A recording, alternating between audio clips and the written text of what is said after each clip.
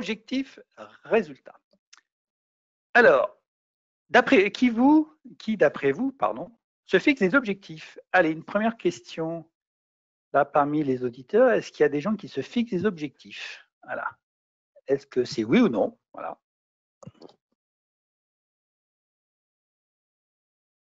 Comme ça me permet de boire un petit coup d'eau. Pascal, oui. Alain, oui. Alice, oui. Oui, en général, on se fixe des objectifs. Ouais. OK. Et en pourcentage, à peu près combien d'objectifs vous arrivez à atteindre? Est-ce que vous arrivez à chaque fois, quand vous mettez un objectif, de l'atteindre? Peu, Irène? Ah, bah, tu as bien fait de venir ce soir. Je pense que je vais te donner des pistes. Pourquoi ça ne marche pas forcément?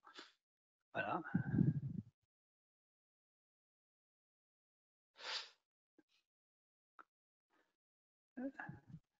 Peut-être pas facile à répondre. Voilà.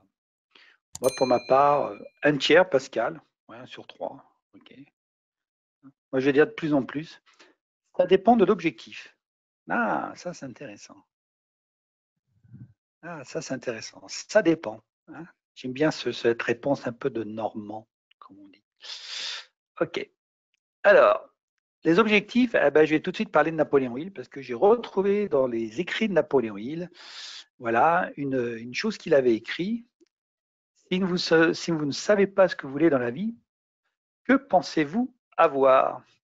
Et il parle justement de la majorité des gens dans le monde qui dérivent dans la vie, ne réalisent jamais leur avenir sans celui qu'ils se sont créés. La minorité qui obtient de grands succès sont des personnes qui savent ce qu'elles veulent et qui ont un plan pour atteindre leur objectif.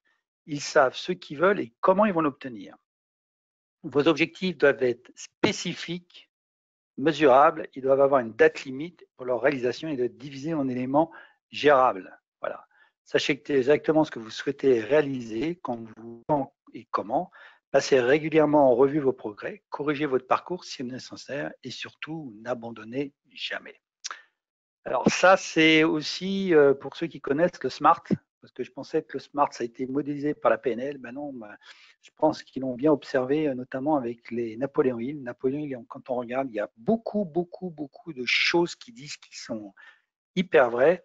Donc un objectif SMART, mesurable, une temporalité. Et alors lui, ce qu'il appelle gérable, c'est qu'il soit acceptable et réalisable. Quoi. Voilà. Alors, l'objectif SMART, je parle d'un objectif qui soit smart. Tout le monde connaît le smart? Tiens, je ne sais même pas. Tiens, j'aurais pu poser cette question-là. Tout le monde connaît le smart? Comment on se pose un objectif smart? Ouais, Pascal, oui. Donc, il faut qu'il soit spécifique. Si vous dites je dois perdre du poids et faire de la course, vous avez deux objectifs. Il y a perdre du poids et dès qu'il y a un et, il n'est pas smart puisqu'il y en a deux. Voilà. Mesurable, il faut que je perde 3 kilos, il faut que je cours 10 km, donc il faut qu'il y ait une quantité. Voilà. Il faut qu'il soit accepté par la personne. S'il n'est pas accepté, notamment dans le management, souvent les objectifs sont imposés, ils ne sont pas discutés et acceptés. Voilà. Réaliste, si demain je dis ouais, je vais aller sur la Lune, ouais, il est peut-être smart, mais il n'est pas réalisable, notamment réaliste. Et il faut qu'il y ait une temporalité, donc il faut qu'il y ait une deadline. Voilà, un petit rappel. Et donc le sujet de ce soir, c'est objectif, résultat. Voilà. Et on va voir qu'est-ce que moi je mets là-dedans. Alors, il y a une étude que j'ai retrouvée, que j'utilise beaucoup, qui n'est pas nouvelle, puisqu'elle date de 1953 de Yale et qui a été corroborée par Harvard en 1969, qui a dit ça. Ils ont pris les étudiants et leur ont demandé qu'est-ce que vous serez dans 20 ans. Il y avait 3% des personnes qui disaient moi, dans 20 ans, c'est écrit, je vais faire ça, ça, ça. Enfin, ils avaient un plan, enfin, c'était très clair. 3%. Il y a 14% qui savaient ce qu'ils voulaient, mais ils ne l'avaient pas écrit. Et le reste, je crois que ça fait 86%, sinon c'est 3, 13 et 86, donc c'est 3, 13 et 86. 86% qui disaient de toute façon, nous, avec le diplôme de Yale, nous, on est tranquille pour notre vie. Ils nous ont retrouvés justement plusieurs années plus tard, 20 ans après, les 3% qui avaient écrit leur objectif, ils avaient tous un salaire mais bien supérieur aux 97 restants. Les 17% qui avaient dit ben, on ferait ça, ben, ils étaient là à peu près où ils avaient dit dans leur tête.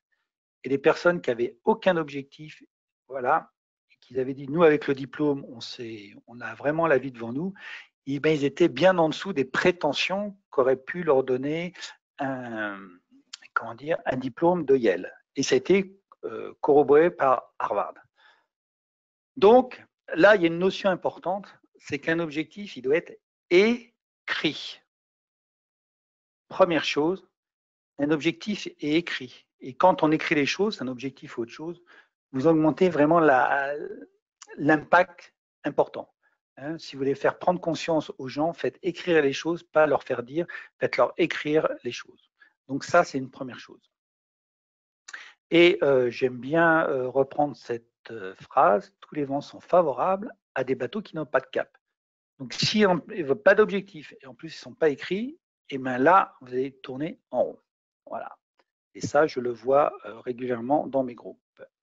Alors, donc objectif SMART écrit. Donc là, il y a déjà une petite nuance qui est très intéressante. Écrivez vos objectifs. Comme le matin, ne dites pas je dois faire mon devis, écrivez. Pour ce soir, mon devis sera envoyé ou fini, ou peu importe. Voilà. Donc, on part des objectifs SMART. Et il y a une chose qui est importante, souvent, c'est qu'il n'y a pas d'action. Donc, on a un objectif, et puis on veut des résultats. Mais ce qui manque souvent, et ça c'est dur parce que ça fait mal, ça fait des efforts, il y a l'action. Et l'action demande de l'engagement, des comportements adaptés, alignés. Alors, je ne veux pas parler de l'alignement ce soir parce que j'ai fait des webinaires là-dessus, mais avoir des comportements alignés et avoir les bonnes capacités. Si je veux faire un mur et que je ne sais pas manier une truelle, mais il faudra peut-être que j'apprenne, j'ai peut-être une bonne chose, il faudra peut-être que j'apprenne certaines choses pour pouvoir le réaliser. Ce n'est pas impossible, mais il faut penser dans l'action, comportement, capacité et cette notion d'engagement. Pour avoir justement les résultats. Et les résultats, derrière, il y a ce côté responsabilisation. Parce que si je fais un objectif, que je m'engage, ben, je vais être responsable de mes résultats. Et quand j'en aurai, ça va agir sur quelque chose que j'aime beaucoup, qui est la motivation. Je sais plus, c'est pas avec vous, j'en ai parlé il y a quelques temps, mais la motivation, c'est vraiment quelque chose qu'on recherche et on se demande où sont les leviers. Alors, hop. Et là, je prends une deuxième citation que j'adore, que je pense que beaucoup de gens connaissent. C'est la folie de croire d'avoir des résultats différents en faisant toujours la même chose. Et ce qui se passe souvent, quand on n'est pas content d'un résultat, on dit change la manière de faire. Donc, tu n'as pas la bonne action. Donc, change l'action. Et ce qui se passe souvent, c'est qu'on agit uniquement sur ce couple-là. Action, résultat, action, résultat, action, résultat. C'est un peu ce que Napoléon il a dit. Vous mesurez les résultats, vous voyez s'il y a des petites choses à faire au niveau des actions. Et on agit là-dessus. Alors déjà, on ne le fait pas souvent. On ne change pas forcément de façon de faire parce que souvent, on répète les mêmes erreurs. Ça, c'est un comportement assez classique. Et quand on le fait, ça ne change pas forcément les choses. Alors, qu'est-ce que je vais vous proposer? D'abord, au-delà de les écrire, les objectifs, c'est de les visualiser. C'est de visualiser les objectifs en termes de résultats. Ça, c'est hyper important. Ça, c'est la PNL qui le fait. Ou si vous voyez les sportifs qui font du ski, ils sont là et puis ils sont en train de faire ça. Ils visualisent les pentes, ils visualisent un petit peu tout. Et vraiment, ils se mettent dedans. Et visualisez vos objectifs au présent et pas au futur. Visualisez les objectifs comme s'ils étaient là, comme si vous les avez atteints. Et ça va avoir un impact important. Après, il y a une chose, c'est de poser l'intention. C'est quand on a un objectif, c'est quelle énergie je vais mettre, quelle est ma collaboration que je vais mettre à me mettre notamment. Hop, j'espère que je. Pourquoi poser l'intention? Parce que ça focalise l'attention. Vous écrivez un objectif, vous le visualisez, vous posez l'intention qui va focaliser l'attention sur une action. Ça, c'est important. L'objectif, il est dans le futur. Je veux perdre 3 kilos avant fin septembre. Futur. Le résultat, il sera dans le futur. Vous ne pouvez pas avoir le résultat avant d'avoir commencé. Par contre, ce qui manque, c'est quelque chose dans le présent. Et ce qu'il y a dans le présent, c'est l'intention. L'intention est toujours dans le présent. Et l'intention, c'est le niveau d'énergie, le niveau de collaboration que vous avez l'intention de mettre pour focaliser votre attention vers l'action. Et ça, c'est une étape que souvent, il n'y a pas. On met un objectif, mais quelque part, on n'a pas forcément l'intention de se mettre en marche. Donc, l'intention, c'est proactif. Voilà. Un objectif, c'est un peu passif, je trouve. L'intention, c'est un peu actif, c'est proactif et qui va permettre de se mettre vraiment dans un esprit, on va le voir tout à l'heure, dans un état d'esprit pour se mettre en action. Hein, souvent, il y a des gens qui disent « je vais arrêter de fumer » et puis, ok, ils ont un objectif, mais en fin de compte, ils n'ont pas forcément l'intention réelle de se mettre à arrêter de fumer.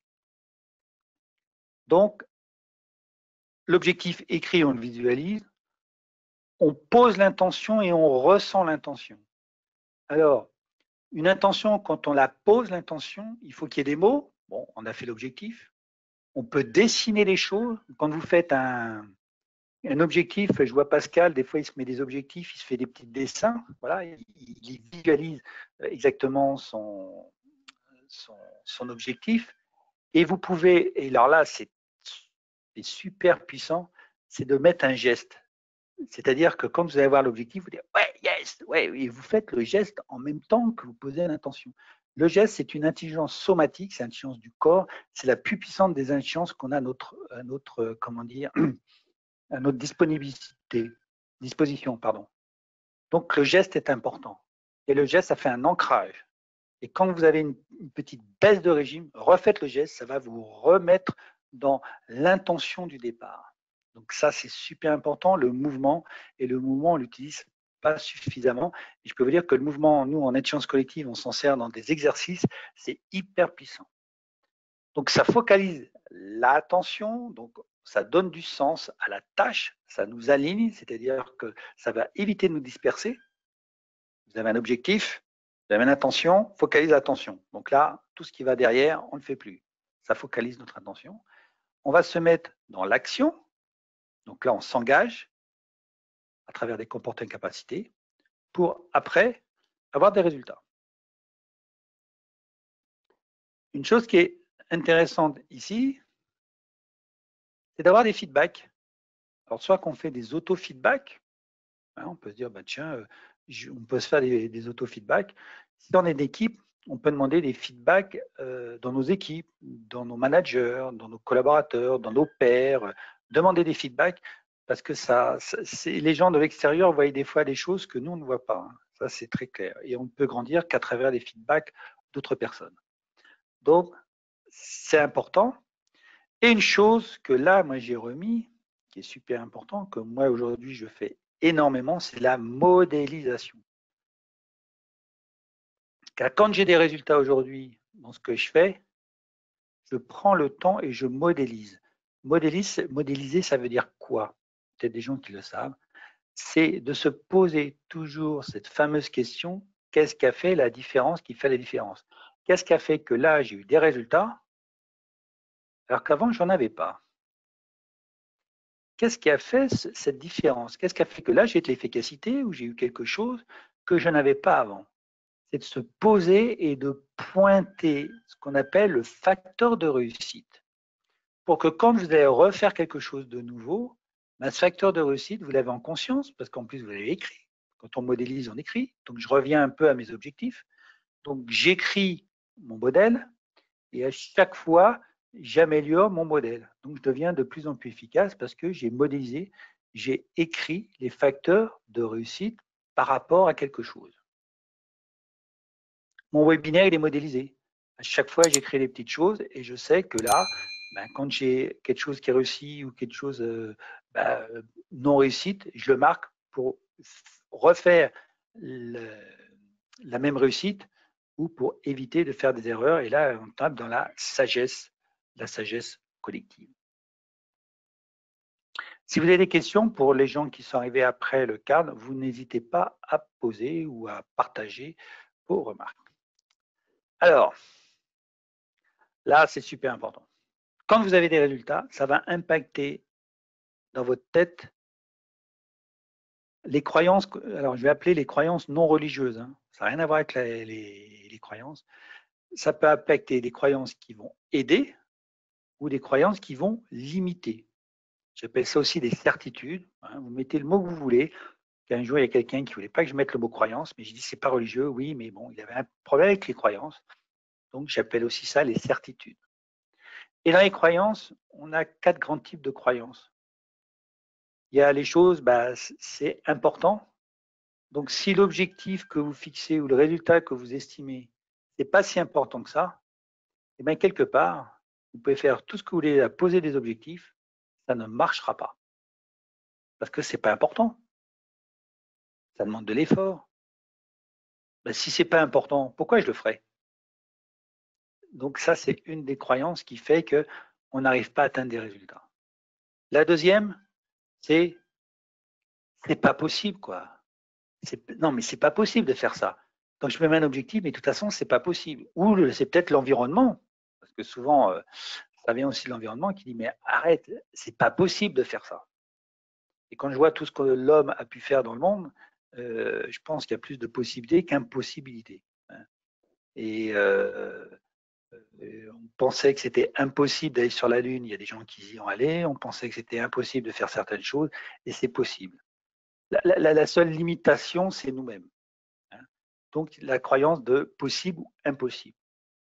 D'autres qui disent je suis incapable de le faire, ou je suis capable.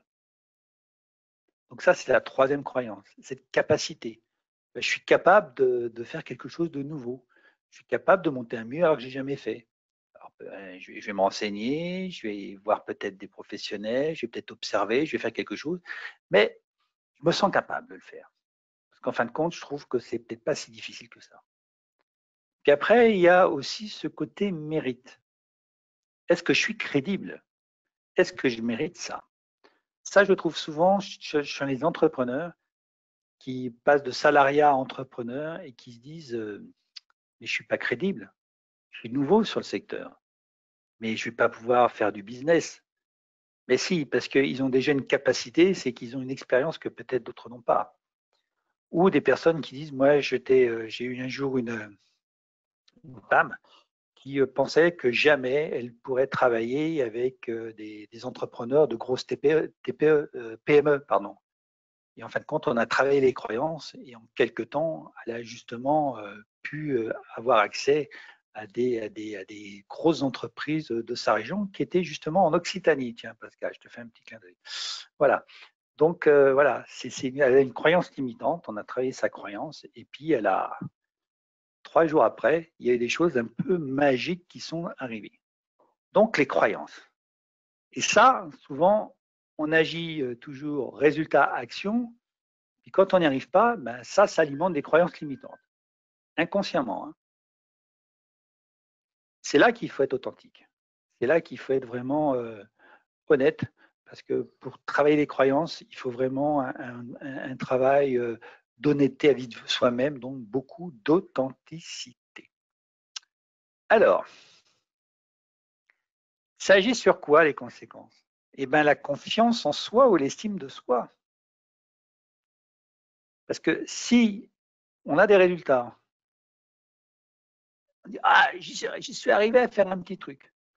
On va commencer à avoir des nouvelles croyances qui vont être aidantes, en disant je ne suis pas si mauvais que ça, et donc ça va agir sur la confiance en soi.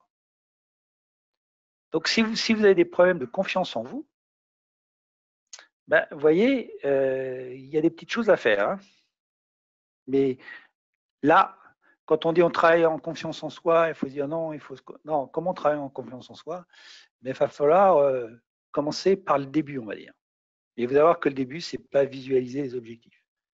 Donc, l'impact ou les conséquences positives des croyances aidantes, par opposition aux croyances limitantes, justement, ça va donner de la confiance, l'estime de soi, la légitimité, j'aurais pu mettre la légitimité, enfin, toute cette chose positive que beaucoup de gens cherchent. Souvent, il y a beaucoup de gens, moi, dans l'entrepreneuriat, disent j'ai pas confiance en moi. Ben, je dis c'est pas grave, on va travailler. C'est pas irréversible, ça se travaille. La confiance en soi va travailler sur l'état d'esprit, le mindset. Alors, mindset, état d'esprit, il y a pas mal de choses. Et là, il y a pas mal de choses. J'ai mis 3 choses, cadre, contrat et valeur. Alors, vous ne voyez peut-être pas à l'écran, parce que j'ai mis en tout petit, parce que mon schéma, je me suis rendu compte qu'il était grand, mais sur le PowerPoint que vous avez, enfin le PDF, vous verrez très très bien. Hein. Le cadre, c'est quoi? Cadre et contrat. Le contrat, c'est... Alors, je vais commencer par les valeurs. Au départ, le mindset, c'est quelles sont mes valeurs? Les valeurs, qu'est-ce qui est important pour vous? Quelles sont les choses sur lesquelles vous n'allez pas transiger? C'est-à-dire que le cadre vous donne une ligne de conduite. Et à quel moment la ligne rouge, vous n'allez pas la dépasser? Même la ligne jaune. Vous n'allez jamais dépasser la ligne jaune. Donc, c'est un travail sur les valeurs. Moi, je sais qu'aujourd'hui, je ne travaille pas avec n'importe qui, même pour des questions d'argent, surtout pour des questions d'argent. Je travaille avec des personnes qui ont un certain état d'esprit. Pour moi, c'est super important. Une fois que vous avez travaillé ça, vous faites un contrat avec vous-même. Donc là, vous pouvez voir Napoléon Hill qui disait le cadre, c'est avec, on utilise le pouvoir de l'autosuggestion. Et donc, c'est un contrat avec soi-même qu'on se répète matin et soir, justement, pour travailler son mindset. Et qui va avoir notamment une influence sur tout le reste que je vous dis. Voilà. Et le cadre de fonctionnement, c'est quels sont les comportements que je vais incarner, dans quelle manière, pour être vraiment droit dans la basket et être aligné. Alors, je reparle de l'alignement. J'ai fait un autre webinaire il y a un mois sur l'alignement. Allez le voir parce que c'est le webinaire qui a le plus de vues en replay. Donc, je pense qu'il intéresse pas mal de gens. Voilà. Donc, ça va agir sur votre état d'esprit. Et aujourd'hui, on travaille très peu ça. On fait de la préparation mentale pour les sportifs, et encore pas tout le monde. Mais dans le terme de l'entrepreneuriat, management ou à titre professionnel, il n'y a pas ce travail-là. Et ça, pour moi, c'est dommage. J'ai déjeuné avec un ancien responsable d'une grande société l'année dernière. Il me dit, tu fais ça, mais c'est génial, il faut absolument que tu développes ça. Mais je dis, mais ça, c'est ma marque de fabrique. C'est pour ça que je ne m'occupe pas des résultats, même si les résultats, c'est important. Moi, je veux vraiment travailler en amont le mindset, l'état d'esprit, pour que justement, vous soyez fort dans votre tête. Parce que quand on travaille le mindset, on va pouvoir utiliser d'autres intelligences, notamment l'intelligence émotionnelle et intuitive, pour justement transformer le stress. Et il n'y a pas de bon et de mauvais stress. J'ai vu, alors ça c'est mon approche, le stress, il est là pour vous dire, stop, je t'envoie un signal, et si tu continues, il va dans le mur. Là aussi, j'ai fait un autre webinaire là-dessus.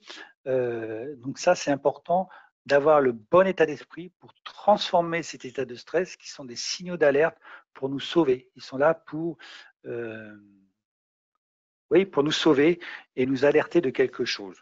Donc le stress, c'est bon. Donc il ne faut pas en avoir peur. Il faut maintenant, le stress, c'est une amie qui vous veut du bien. Donc sachez la dompter pour justement qu'elle soit aidante. Aidante, un peu comme les croyances, que ça soit un stress aidant et pas un stress limitant.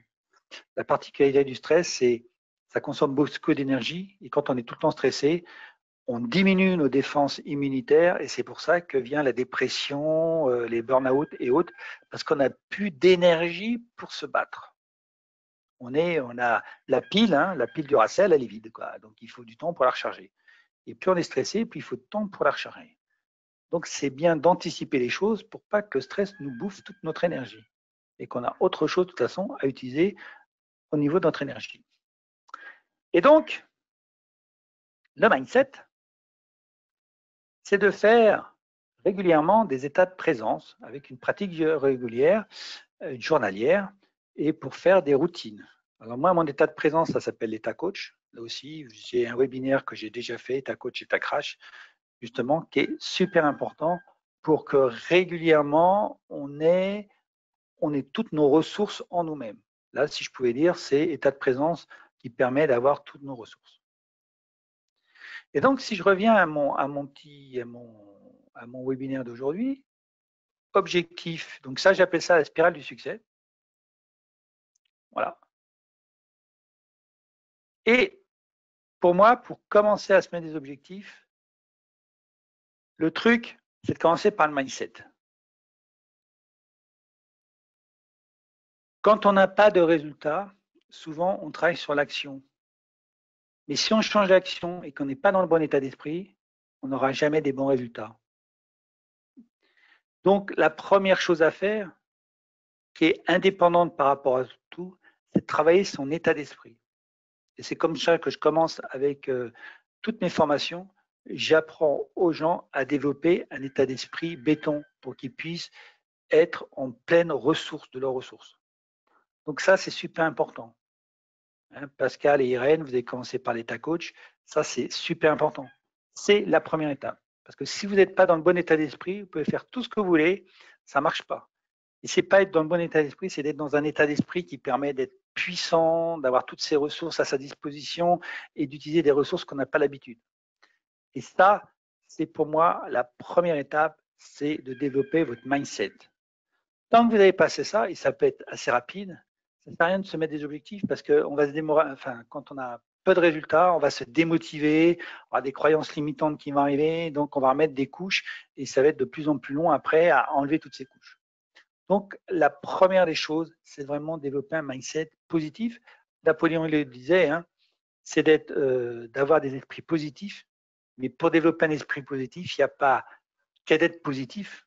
C'est comment le travailler, le nourrir, l'alimenter, et pour que ce positif, il transforme les choses négatives ou qui paraissent négatives, et le stress paraît négatif. Voilà. Donc, c'est la première chose. Donc, pour vraiment avoir du résultat, c'est commencer par là.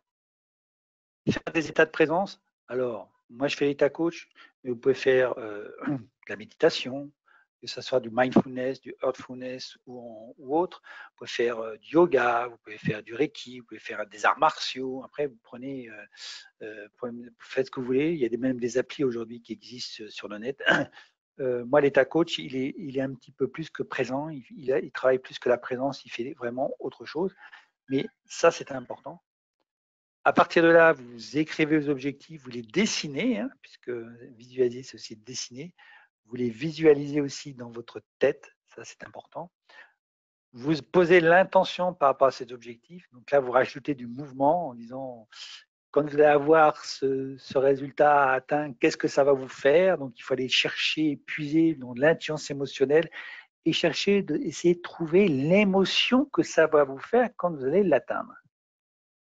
Qu'est-ce que ça vous fait?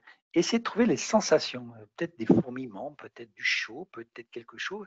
Essayez de dire, ah, je l'ai, qu'est-ce que ça va me faire?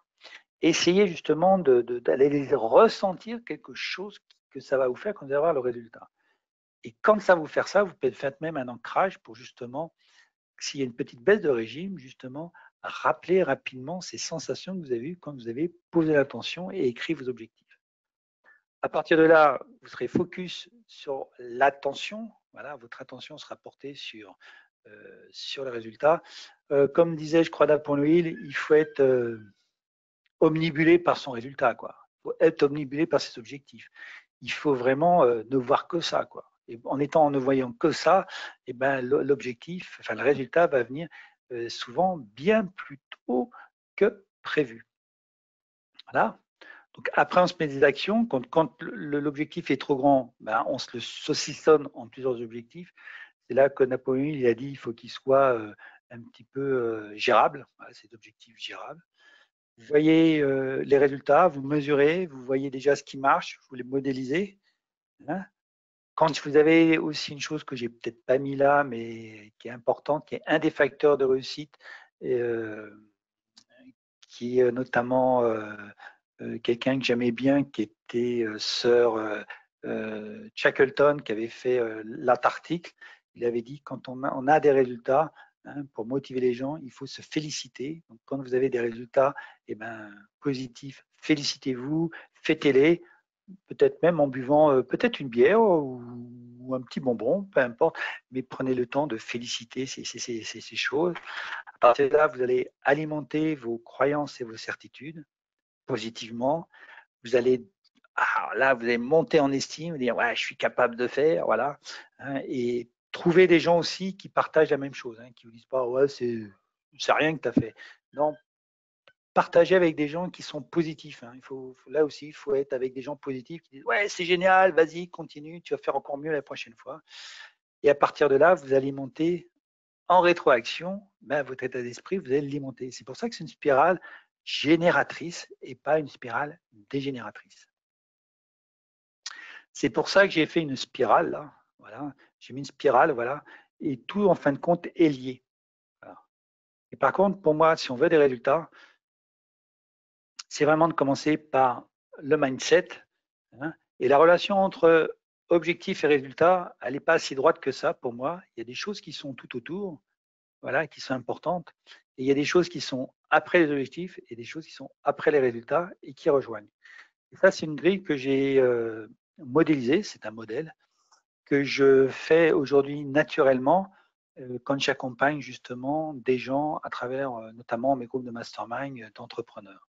Et ça, je commence toujours la première demi-journée, première chose qu'on fait, mindset, état de présence. C'est les premières choses que l'on fait. Voilà. Et ça, c'est important. Et le soir, on se met des objectifs pour la fois d'après. Donc, on fait vraiment ça. On pose attention aussi dans la journée. Voilà. Donc, tout ce processus-là, en fin de compte, on le fait régulièrement. Et des gens qui avaient peu de confiance ou qui avaient des doutes, hein, confiance, ça peut avoir des doutes. Voilà. Je pourrais le faire en spirale d'insuccès, celle-là, c'est confiance, des doutes. Ben, aujourd'hui, ils n'ont plus de doutes et vraiment, ils performent. Ils performent justement parce que ce processus-là, je les ai aidés à le mettre en œuvre. Voilà. Alors, je continue et bientôt finir par une citation de John Sculley, qui était un ancien, je crois, président d'Apple. Je crois d'Apple. Le succès, on parle de succès, est un voyage, pas une destination. Alors celle-là, je l'aime bien. Voilà. Assurez-vous de profiter de votre voyage. Oui, ça, j'en parle souvent aussi. C'est la différence entre une destination qui est un objectif et une direction. La direction, alors là, j'en ai pas parlé. Au-delà de l'objectif, il faut que ça soit aligné vis-à-vis d'une destination qui est une vision. Donc, j'aurais pu rajouter, mais c'est de l'alignement, ça. C'est que si vous n'avez qu'un objectif dans votre vie, que vous allez l'atteindre, une fois que vous n'avez plus d'objectif, eh ben, vous allez tourner en rond. Souvent, regardez autour de vous, les gens qui se marient, l'objectif, c'est d'avoir une maison. Le jour où ils ont la maison, ils divorcent. Parce qu'ils ont un objectif et ils l'ont atteint, si vous voulez. Ils ont atteint leur objectif. Donc, quand on a une vision, quelque chose qui est sans temporalité, qui est vraiment très très loin, avec quelque chose de très très grand, et bien c'est pour ça qu'on peut durer dans le temps. Voilà. Et donc, la différence, c'est vivez le moment présent. On pourrait mettre le bonheur avec. Le bonheur est un voyage, pas une destination. Assurez-vous de profiter du voyage. C'est exactement pareil. C'est pas d'être heureux demain, c'est de vivre le bonheur pour y aller, quoi. Donc, c'est un peu ça. Alors, mes solutions, comment j'utilise justement le processus que je vous ai dit, notamment ma marque de fabrique, c'est le mindset, c'est tout ce qui est état de présence. Je travaille les objectifs un petit peu, les résultats, mais je travaille vraiment, si je devais travailler là, si je reprends je ne vais pas le faire. Voilà. Moi, je travaille vraiment l'état de présent, alors mindset, état de présent, l'intention, l'attention, les actions avec les objectifs, ça je travaille un peu. Les résultats, ça je laisse à la liberté des entrepreneurs et je travaille beaucoup les croyances pour augmenter les estimes de soi. Voilà. Ou le phénomène d'identité. Hein, parce que confiance de soi, c'est tout ce qui touche à l'identité. Les gens qui disent je suis pas légitime, voilà, ça c'est quelque chose qui est assez régulier, ou je n'ai pas confiance en moi, ou on m'estime pas, voilà. Je travaille tous ces points de vue-là. Donc, soit que on travaille ça dans un processus, surtout pour les consultants, cette formation-là, qui est facilitation en intelligence collective. Donc les consultants, ils sont plutôt là pour vraiment travailler tous ces processus très puissants. Et justement, moi, c'est plus de 8 ans de travail, hein, où j'ai beaucoup travaillé là-dessus. Et j'ai été formé par Robert Diss et je fais partie du Diss Strategy Group, où je suis un des 7 ou 8 formateurs au monde à être certifié, à pouvoir transmettre cette formation à l'État au nom de Robert Diss. Voilà. Et cette année, j'ai fait le pari, je vais peut-être me faire assassiner, mais c'est pas grave, de vraiment baisser le prix à moins de 1 000 € parce que je veux qu'elle soit accessible à un maximum de monde. Voilà. Donc vous avez le programme, si ça vous intéresse, vous pouvez réserver en ligne. Voilà. Une autre chose, c'est là, c'est plus pour les managers ou pour les gens qui sont consultants, mais qui veulent quelque chose de l'intelligence collective appliquée. C'est facilitateur de groupe de mastermind. Et là, c'est vraiment très puissant. C'est l'intelligence collective appliquée, sur lequel, en plus, là, on peut faire des groupes de mastermind pour plein de choses. Moi, je le fais au service de l'entrepreneuriat et du management. Je sais qu'il y a des gens qui le font pour les mamans qui travaillent, ou pour l'innovation, ou pour les gens qui partent à la retraite, ou les gens qui veulent changer de boulot. Enfin, les sujets sont super, sont énormes. Et ça, c'est un format de 4 jours. J'ai rajouté une journée. La dernière journée, elle est spéciale business plan et lancement, parce que je suis très business. Voilà. Et quand je fais une formation, je veux que les gens, ils en tirent quelque chose, ou qu'ils en fassent un business. Pour moi, c'est hyper important parce que j'ai eu beaucoup de formations, j'ai fait beaucoup de formations à titre personnel, où dès qu'on parlait de business, il n'y avait plus personne. Et moi, j'adore qu'on parle de business. Et en plus, comme je fais des groupes de mastermind spécial business, j'aime qu'on parle marketing, j'aime qu'on parle commerce, j'aime qu'on parle communication, voilà, j'aime qu'on parle réseau, voilà, j'aime qu'on parle de tout ça. Les groupes de mastermind, alors aujourd'hui, il y a 3 produits. Il y a le groupe de mastermind mensuel, où vous pouvez vous abonner mensuellement et vous avez 2 réunions. Un qui est sur le fond, un qui est sur la forme. Voilà, ça c'est important. Vous avez une formation entrepreneuriat à distance. Voilà, donc ça aussi, c'est celle que suit Irène et Pascal qui sont là ce soir.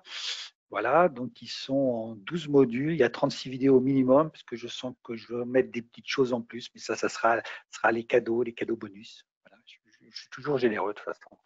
Voilà. Et mon produit phare, qui est le Mastermind en présentiel, où là, c'est 6 rencontres sur Sophie Antipolis. Donc, pour les gens qui sont pas très loin ou qui veulent se faire des déplacements, moi, je sais qu'un jour, il y a une personne de Montauban qui est venue tous les mois, voilà, à Nice. Elle a fait le déplacement, elle était très motivée et je sais que ça lui a fait énormément de bien.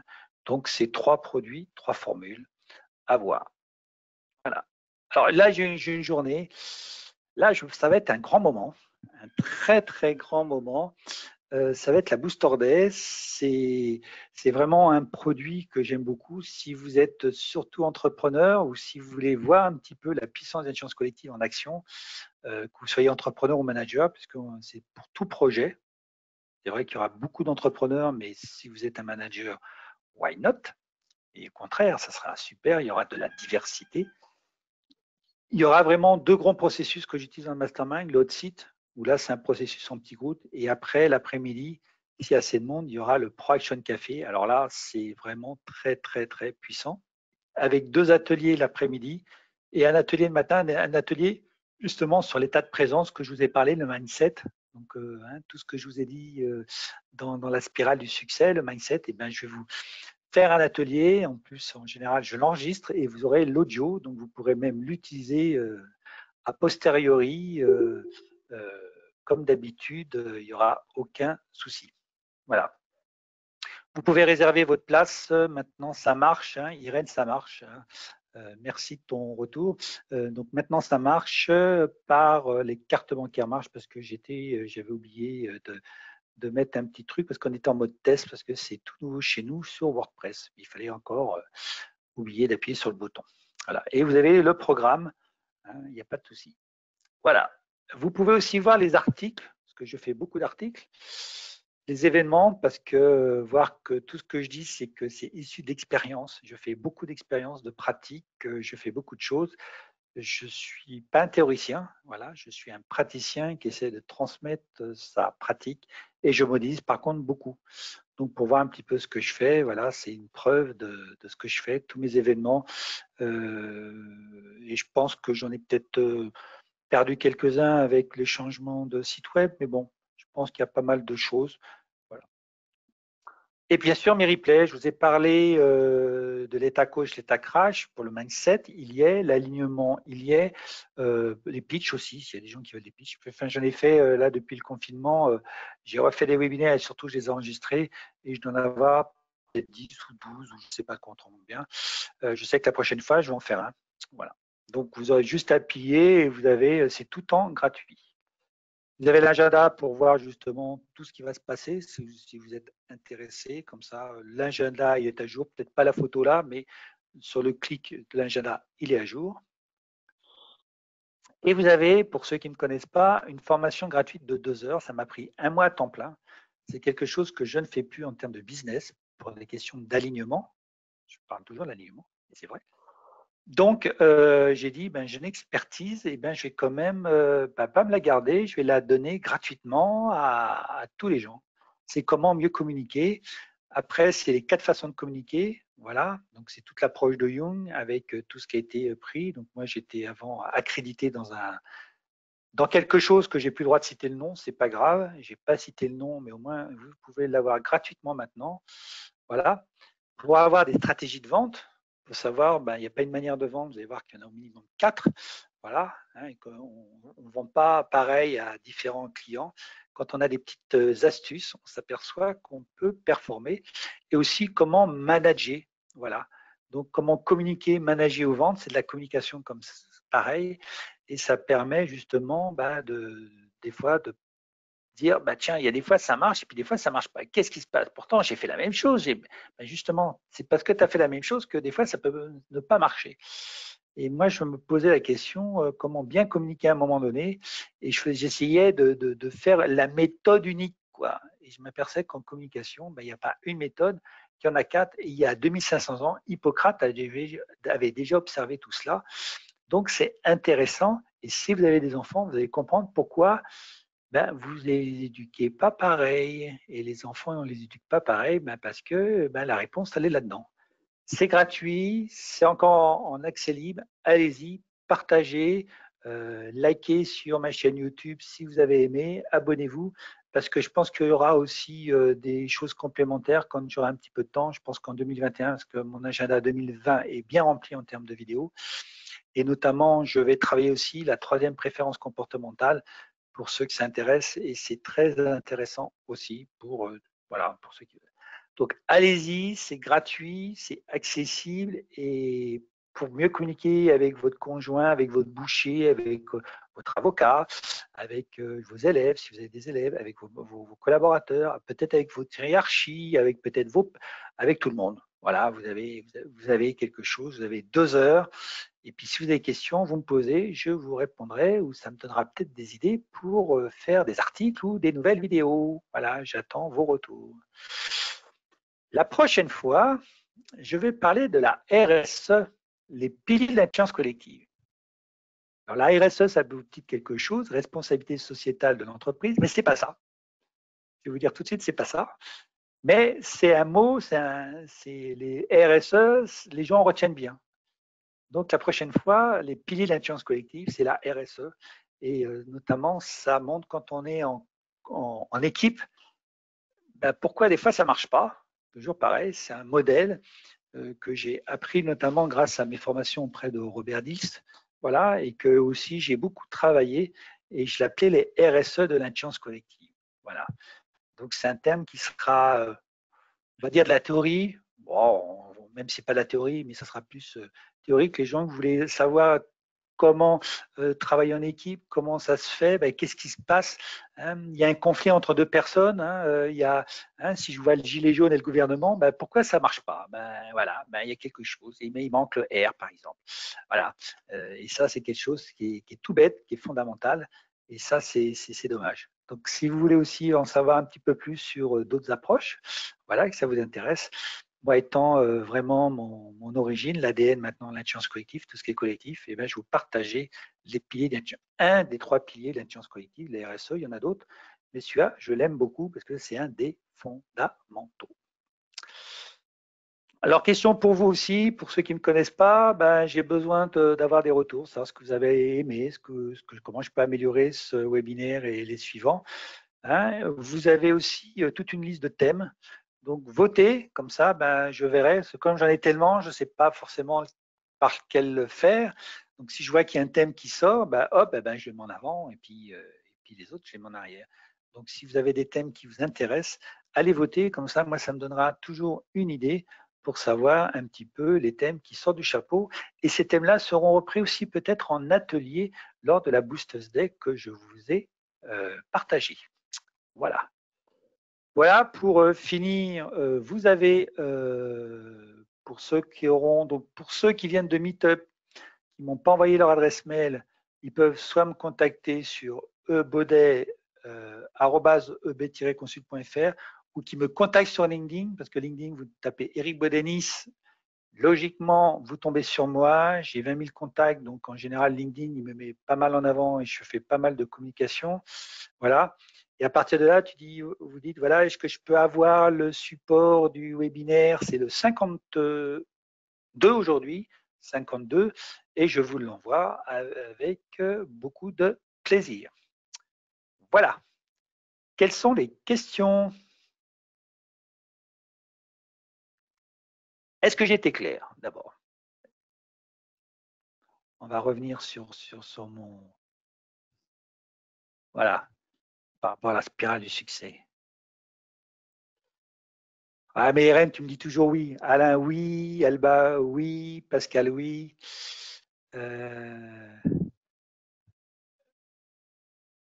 Ok, super.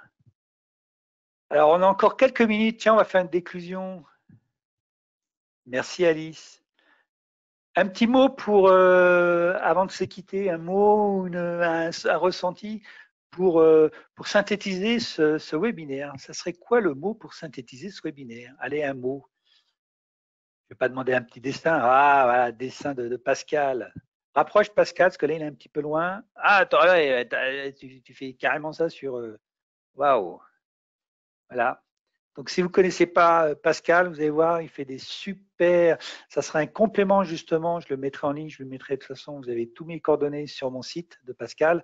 Et ça vous fait une synthèse, justement, de intention. Ah ouais. Ouais.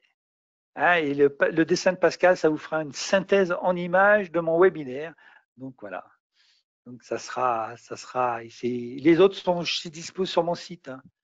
Donc si vous voulez voir les anciens dessins que Pascal a fait sur d'autres sujets, ils sont aussi à votre disposition, gentiment partagés. Voilà. Et si un jour vous avez besoin d'un facilitateur, hein, là, il y a une belle plume à votre disposition qui peut vous animer tous vos ateliers. Hein. Donc n'hésitez pas. Voilà. Autre chose, donc j'ai dit, hein, pour ceux qui veulent rester, peut-être me poser des questions plus personnelles ou autres, je peux rester après. Voilà. Mindset. Ah, Irène, mindset. Ah ouais. Ça change, hein, le mindset. Hein. C'était pas si évident. Hein. Mindset aussi, Pascal. Ouais. Bah oui, vous avez goûté hein, le mindset. Hein. Vous voyez la puissance que ça. Hein. Là, dans l'état de présence, pratique journalière, ben, vous voyez, il y a quelqu'un qui m'a suivi. Là, c'est Irène qui est là ce soir. C'est vrai que ça lui fait du bien, hein, tout le mindset. Voilà. Visualisation, Alice, oui, ouais, visualisation. Voilà. Ouais. C'est super important aussi de visualiser au présent, hein, de visualiser au présent. Et oui, le mindset, ça change beaucoup de choses. Hein. Pourtant, hein, On n'a rien fait et ça change déjà. C'est ça qui est génial. Et puis c'est plaisant, quoi. Ça vous met en bonne humeur, ça vous pose, vous devenez serein, voilà. Et vous êtes à l'aise avec l'incertitude. En plus, je dis ça en ce moment, il y a beaucoup de gens qui sont beaucoup stressés avec ce qui va se passer, alors qu'il faut justement le mindset, ça va vous développer cette capacité à être à l'aise avec l'incertitude. Alors quand je dis ça, les gens disent wow, mais oui, mais moi je suis super à l'aise avec l'incertitude et c'est peut-être pour ça que j'ai eu beaucoup d'opportunités grâce au Covid. Ouais, j'ai eu beaucoup d'opportunités parce que j'étais à l'aise. J'ai dit tiens, il va y avoir des opportunités. Voilà, je ne vais pas voir ça comme une menace et c'est ce qui est arrivé. Voilà, j'avais ce mindset là qui était orienté. Voilà. Les gens qui disent je ne vais pas trouver de place ce soir, ils ne trouveront pas de place. Les gens qui disent de toute façon, quoi qu'il arrive, je vais trouver une place, ils vont trouver une place. Et ben ça fait partie de l'état d'esprit et justement de cette capacité à être à l'aise avec l'incertitude et être toujours positif. Voilà, ça c'est super important. Et quand on pose l'intention de trouver une place, hein, il faut poser l'intention. Hein. Quand je sais que je rentre à Nice, je sais qu'un soir, j'étais rentré, il était 1 heure du soir, et que le lendemain, je redémarrais à 7 heures, et je ne vais pas tourner pendant 1 heure pour trouver une place. Donc, j'ai dit, je vais poser l'intention et je vais trouver une place. Je m'en fous où elle est, je veux qu'elle soit près de chez moi, même si elle est payante, je m'en fous, parce qu'à l'heure où je vais repartir, je n'aurai pas payé. Et il y a quelque chose qui, à un moment donné, je suis rentré dans Nice, près de chez moi, j'ai tourné à droite, je ne sais pas pourquoi j'ai tourné à droite, j'ai suivi mon intuition et j'avais une place qui m'attendait, la place que jamais j'aurais pu trouver et j'avais posé l'intention comme quoi je voulais la place. Et bien ça fait partie du mindset, ça. Voilà. Et de l'intention, poser l'intention. Et j'ai visualisé la place en posant l'intention. Donc, vous voyez, j'ai fait ça hein, pour trouver une place, voilà. Voilà, j'ai fait ça. Et mon attention était focalisée, ouais, et mon intuition était là. Et ça, je le fais régulièrement. Voilà. D'autres remarques?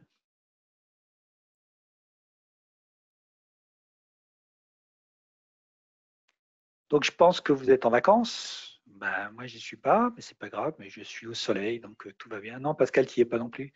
Non, tu bosses, toi, tu es avec les locations saisonnières, notamment. Ouais. Donc, ben, pour ceux qui travaillent, ben, je vous dis, ben, travaillez bien, prenez bien soin de vous. Hein, ce qu'il y a de bien par le webinaire, on n'est pas obligé de mettre le masque. Hein, on a plus de la relation, on va dire, traditionnelle.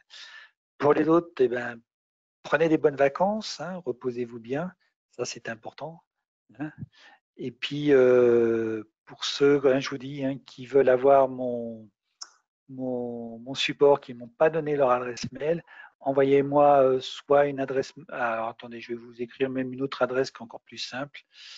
Hein, c'est Eric comme mon prénom, Baudet comme mon nom, Nice comme la ville dans laquelle je vis le plus grand du temps, gmail.com, voilà, parce que normalement, celui-là, vous pouvez avoir le copier, voilà, et le coller, voilà, vous me demandez juste voilà, voilà.